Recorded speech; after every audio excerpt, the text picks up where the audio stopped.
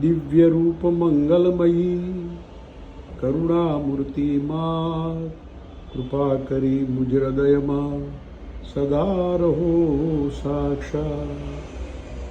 નમસ્તે કૃપારુ દયારુ ભવાની સદા ભીખ માગું હું માતા દયાની।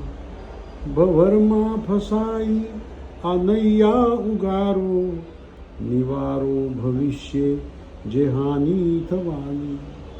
મને શું ખબર ઘાટ કેવા ઘડે છે ખબર રાખજો માત દુશ્મન બધાની।